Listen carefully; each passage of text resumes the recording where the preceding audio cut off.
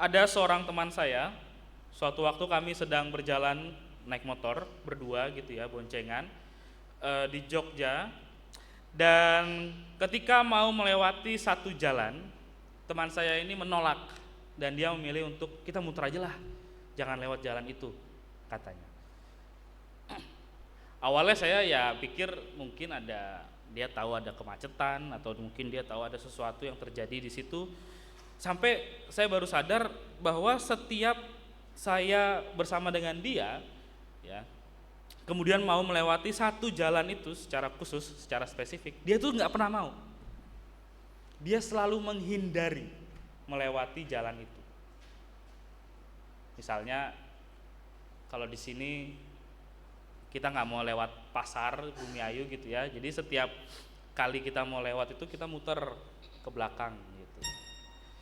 Nah begitu saudara-saudara, masalahnya bukan hanya karena macet, bukan hanya karena mungkin ada sesuatu, tapi setiap hari, setiap saat mau lewat situ dia nggak pernah mau. Nah sampai akhirnya saya bertanyalah kepada dia, kenapa sih nggak pernah mau lewat jalan itu. Nah saudara-saudara, teman saya ini asli Jogja gitu ya, dia lahir dan besar di Jogja, dan dia cerita ternyata dulu waktu kecil itu dia pernah bermain di situ ya bersama dengan temannya waktu kecil, dan tiba-tiba entah kenapa temannya itu merapat atau geser ke tengah jalan dan akhirnya tertabrak kemudian meninggal dunia. Dan semenjak saat itu ada luka di dalam dirinya, atau orang bisa bilang trauma terhadap jalan itu, sehingga dia sama sekali tidak mau melewatinya. Kenapa? Karena kalau dia lewat, dia bilang dia teringat akan keadaan itu, akan saat-saat dimana dia melihat temannya yang tertabrak itu. Sebetulnya kan itu bukan karena kesalahannya dia sendiri sebetulnya ya, sebagai anak kecil kadang-kadang juga susah juga kita untuk menyalahkan ya, tapi mungkin ada peran dari kecerobohan dari pengendara lain, makanya setiap dia lewat situ dia takut motor atau mobil yang ada di situ sama cerobohnya seperti yang terjadi beberapa tahun yang lalu. Nah saudara-saudara, itu kan kejadian waktu dia kecil, dan saat saya kuliah itu ya kira-kira usia 20 tahunan. Ada orang yang bilang kalau kita punya luka, waktu itu akan menyembuhkan gitu ya. Katanya seiring berjalannya waktu, kesedihan itu akan memudar. Tapi kan kenyataannya saudara-saudara, memang waktu itu berjalan terus, tetapi seakan-akan luka atau trauma yang kita punya itu tidak pernah pulih. Justru kalau saya perhatikan, atau yang saya setidaknya sependek yang saya ketahui, kebanyakan orang seiring berjalannya waktu itu lukanya tidak pulih, tetapi justru mereka belajar untuk menyembunyikan lukanya itu lewat hal-hal lain. Lukanya ini semakin lama justru semakin terkunci, bahkan sampai berakar di bawah kesadaran. Makanya ada namanya inner child, saudara-saudara, kalau pernah dengar. Jadi suatu kondisi di mana ada trauma di masa kecil, kemudian ketika dia beranjak dewasa, trauma itu mempengaruhi kehidupannya ya, meskipun kadang tidak sadar. Contoh paling sederhana, kalau seorang anak ketika masa kecilnya itu sering dimarah-marahi, sering dibentak, sering dilarang-larang, ketika dewasa dia akan cenderung menjadi orang yang pendiam ya, tidak mampu untuk mengutarakan pendapatnya, tidak mampu untuk public speaking atau berbicara di depan umum, itu dia akan grogi ya. Nah, saudara-saudara, itu ada penelitiannya gitu ya, jadi saya tidak mengada-ngada. Nah, luka yang kita alami di masa lalu ya, mungkin yang sering kali ada dalam diri kita, itu juga terjadi di dalam kehidupan para murid pada saat itu. Ya saudara-saudara, betapa tidak menyakitkan hati melihat guru, bahkan mereka beberapa kali sudah menyebut Yesus itu adalah Tuhan. Tuhan ataupun Tuhan gitu ya, harus mati di kayu salib gitu ya. Mereka pulang ke rumah, mereka masuk ke dalam satu ruangan sih, di sini dituliskan mereka ada di dalam satu tempat dengan pintu-pintu terkunci. Kenapa? Karena mereka takut. Ya saudara-saudara ingat ketika Yesus dibawa ke pemuka agama, dibawa ke pengadilan, ada satu murid yang ketahuan sama orang banyak. Namanya adalah Petrus. Ya. Kemudian dia ditanyai oleh banyak orang, kamu kan yang ini kan yang sering bersama orang Galilea itu, kamu kan yang sering bersama dengan Yesus itu kan. Dan dia akhirnya Petrus akhirnya menyangkal Yesus berapa kali? 3 kali. Sama seperti nubuat yang sudah dikatakan oleh Yesus sendiri. Ya. Nah saudara-saudara, mungkin karena pengalaman itu para murid ini sehingga jadi ketakutan dan mereka ada di dalam satu ruangan yang terkunci. Mereka membawa luka yang mereka lihat itu. Ya. Yesus yang tadinya adalah sumber kekuatan mereka, mereka mampu untuk berjalan, mereka mampu untuk melakukan pengajaran itu bersama dengan Yesus. Sekarang tiba-tiba guru mereka mati, Tuhan mereka mati, mereka saksikan dengan mata mereka sendiri, mereka menjadi ketakutan. Ya. Bahkan minggu lalu kita baca ya, orang yang pertama datang ke kubur Yesus pun bukan para murid. Ya. Bukan para laki-laki ini, tapi justru para perempuan-perempuan. Nah, saudara nih bagi perempuan nih bagian itu bisa dipakai bahwa sebetulnya laki-laki itu tidak seberani itu, ya. Kalau para murid, para laki-laki ini memilih untuk sembunyi di dalam rumah atau dimanapun mereka ditempatkan ini. Tapi para perempuan minggu lalu kita lihat ya, selesainya Sabat mereka langsung menuju ke kubur Yesus untuk merawat dan meminyaki Yesus. Nah, tapi saudara-saudara di sini kita bisa lihat di tengah ketakutan para murid, di tengah luka yang mereka alami, ya, Yesus itu datang, berdiri di tengah-tengah mereka dan langsung mengatakan damai sejahtera bagi kamu. Ya. Atau kalau kita suka mengatakan itu shalom gitu ya. Kalau bahasa Ibrani lengkapnya sih shalom aleichem, damai sejahtera bagi saudara laki-laki, shalom aleichem ya. Tapi saudara-saudara, shalom yang dikatakan oleh Yesus itu sudah pasti berbeda dengan shalom yang kita katakan. Sudah sangat berbeda karena mungkin kerap kali kita menganggap shalom itu hanya sebagai basa-basi di awal pertemuan. Tapi kalau di GKI Bumi Ayu ini sih saya jarang sih mendengar orang menyapa saya dengan shalom gitu tuh jarang gitu ya. Baguslah kita bukan orang Yahudi gitu ya, kita orang Kristen. Karena shalom itu berat loh, damai sejahtera ya saudara. Damai sejahtera itu saya pernah menggambarkan deh, damai sejahtera itu adalah kondisi di mana kalau kita makan di restoran mahal itu kita hanya lihat sebelah kirinya di menu. Itu damai sejahtera tuh. Kalau belum damai sejahtera kita lihatnya sebelah kanannya dulu. Ngerti ya?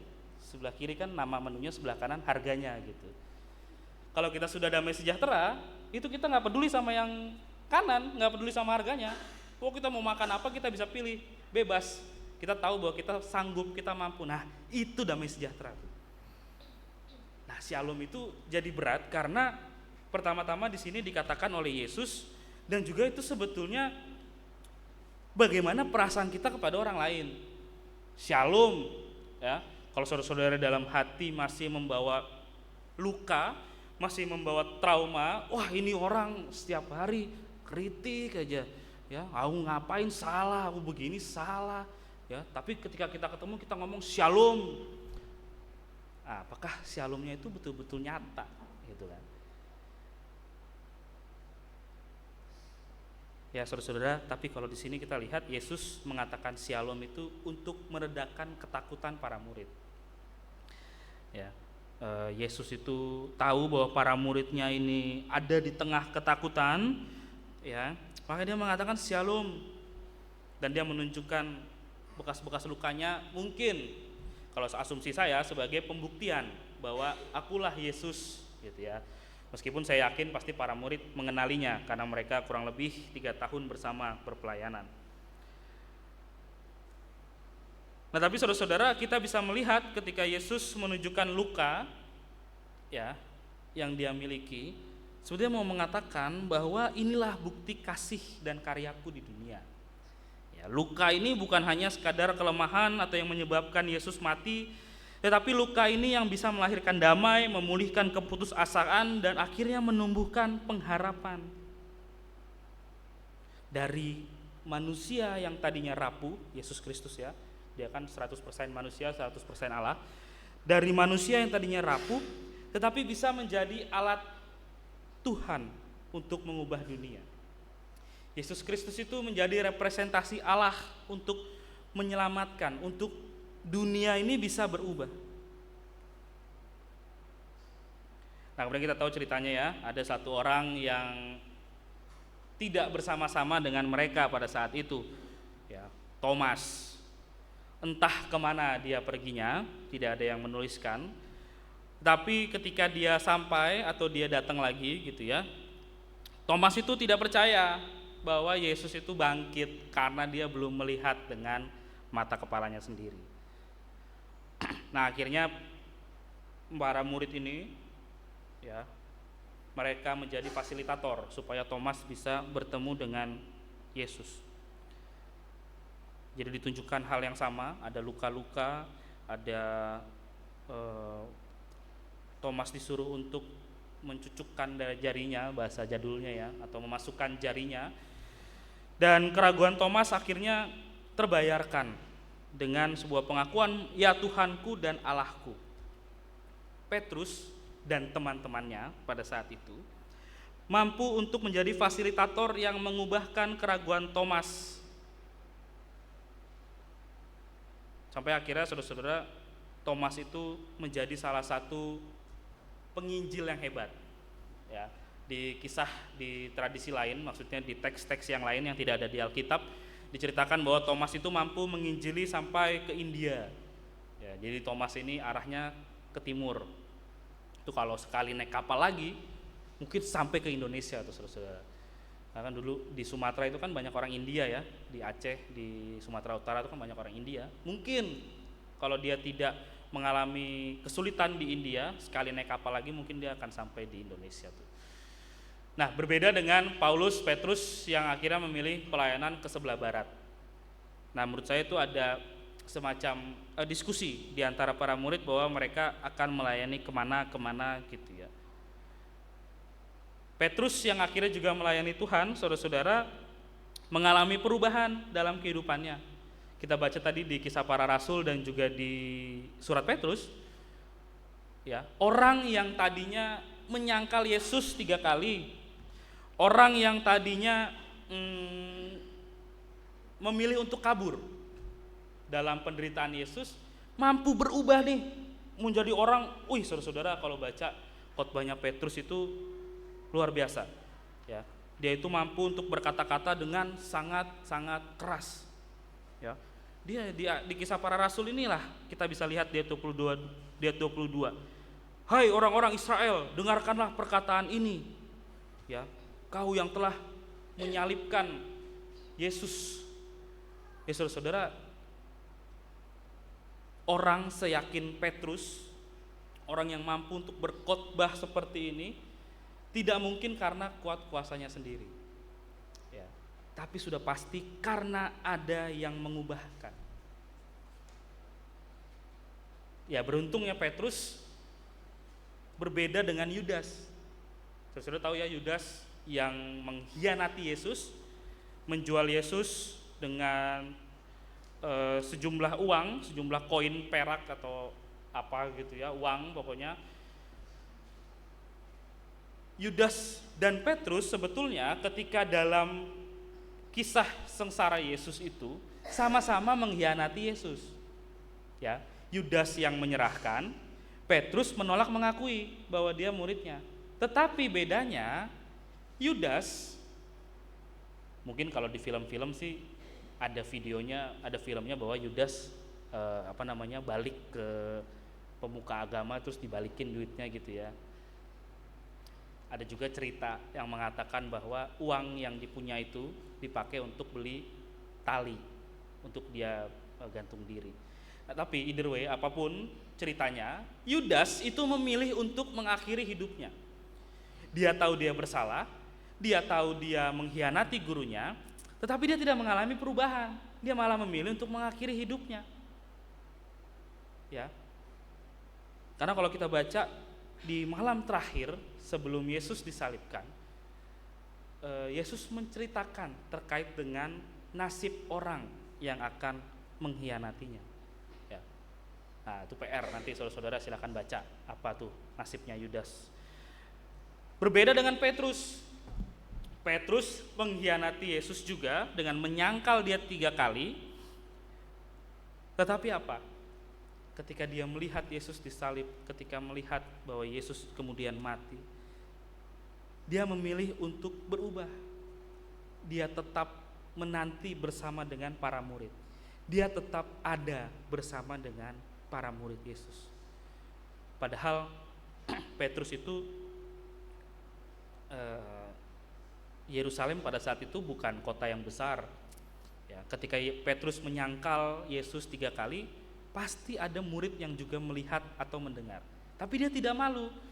Dia mau untuk bersama-sama ada bersama dengan para murid. Ya.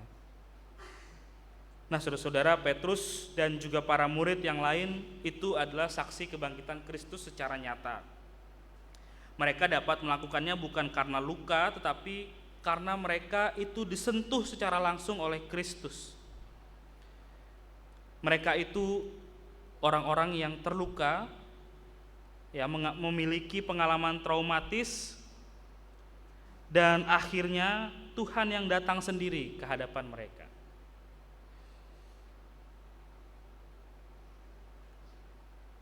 Nah, masalahnya untuk kita sekarang kan mungkin kita tidak bertemu dengan Tuhan secara langsung, dengan Yesus, dengan Allah, Roh Kudus. Ada orang-orang yang mungkin bertemu lewat penglihatan, lewat mimpi, lewat hal-hal lain, tapi rasa-rasanya itu beda gitu ya dengan apa yang kita baca ketika para murid mampu untuk bertemu dengan Yesus secara langsung. Tapi kita bisa lihat apa yang menjadi pesan Yesus kepada Thomas sebetulnya. Di ayat 29 dia mengatakan, "Karena engkau telah melihat aku, engkau percaya." Nah, pesan ini sebetulnya bukan hanya untuk Thomas tapi juga untuk kita, saudara-saudara, bahwa berbahagialah mereka yang tidak melihat namun percaya. Nah, saudara-saudara, kalau kita disuruh membuktikan kepada orang lain kenapa sih kita percaya kebangkitan Yesus, kan rasanya susah ya. Kalau kita membuktikan secara sejarah sih ada data-datanya, tapi mungkin kita kan nggak tahu. Ya, kita nggak bisa mememberkan secara langsung, kita harus cari dulu baru kita bisa memberitahu. Nah, tapi yang Yesus mau, yang firman kita pada saat ini mau katakan adalah bahwa bukan soal pembuktian Yesus itu pada saat itu betul-betul bangkit atau tidak, ya, seperti Thomas yang tadi meragukan. Tetapi adalah bagaimana meskipun kita tidak melihat, tetapi kita bisa percaya kepada Yesus Kristus itu. Ya. Jadi saudara, kita nggak usah tunggu nanti waktu yang akan menyembuhkan. Jangan sembunyikan luka-luka kita, izinkan Tuhan itu menyentuh setiap luka kita. Lewat doa pengakuan dosa misalnya, lewat doa-doa kita secara pribadi kita sampaikan setiap luka-luka, setiap sakit yang kita rasakan. Ya, Tuhan itu tidak menyalahkan para murid ketika mereka ada dalam ketakutan. Sama seperti itu, maka Tuhan sekarang pun tidak akan menghakimi, tidak akan menyalahkan, tidak akan merendahkan, apalagi menghina masa lalu kita. Ya. Nah, saudara-saudara, dunia itu tidak butuh orang-orang yang hebat, tidak butuh orang-orang yang sempurna, tetapi dunia perlu orang yang sudah dipulihkan. Dalam banyak kasus, perubahan besar yang terjadi dalam sebuah komunitas atau masyarakat biasanya dimulai dari satu orang. Di dalam keluarga misalnya, satu orang yang hidupnya berubah dari pemarah menjadi peramah, penuh dengan cinta kasih, ya. Dari orang yang putus asa menjadi pribadi yang optimis, dari orang yang rapuh mungkin tidak boleh disenggol gitu ya, menjadi orang yang mungkin sekarang penuh perhatian. Dari orang yang egois kemudian menjadi orang yang peduli. Pastikan orang-orang di sekitar itu akan bertanya, ih, apa sih yang terjadi sama orang ini gitu ya. Kemudian dari situ biasanya kesaksian menyebar, kemarin si Jeremy begini-begini loh, berubah nih, dari tadinya begini jadi begini gitu. Saudara-saudara, kesaksian itu bisa mengubahkan orang lain juga, ya. Karena kesaksian itu tidak dimulai dari pribadi yang sempurna, tetapi dimulai dari pribadi yang penuh dengan luka, tetapi mau untuk dipulihkan. Ya, saudara, jangan terlalu yakin bahwa seiring berjalannya waktu luka itu bisa sembuh, ya. Karena kalau tidak ada gerakan aktif dari kita tidak akan bisa diubahkan. Jadi sama seperti Thomas yang berubah dari tidak percaya kemudian menjadi yakin dan menjadi pemberita firman Tuhan. Juga seperti Petrus yang tadinya menyangkal Yesus 3 kali, kemudian setelah mengalami perubahan bersama dengan Kristus, ya, dia dibebankan bahkan tugas yang sangat berat, gembalakanlah domba-dombaku itu. Dia mengalami perubahan dan kemudian dia menjadi saksi Kristus juga. Begitu juga kita, saudara-saudara, pertanyaannya mungkin masih sama seperti minggu lalu ketika Paskah, ya.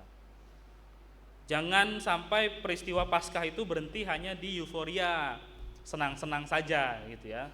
Sekolah minggu lalu mendapatkan telur dengan hiasannya, itu senang, ya. Tapi jangan sampai berhenti di situ. Jangan hanya kita berhenti di pesta atau di perayaan. Tapi ingat bahwa sebagai gereja kita harus eklesia, kita harus keluar mewartakan Injil Kristus ini, ya, saksi Kristus yang mengubahkan. Karena Tuhan itu mau memulihkan luka kita dan mengubah kita menjadi alat, menjadi saksi di tangannya. Nah, oleh karena itu saudara-saudara, yang harus kita lakukan adalah membuka hati kita dan biarkan Kristus menyentuhnya. Biarkan Kristus memulihkan setiap luka-luka kita. Amin. Tuhan memberkati.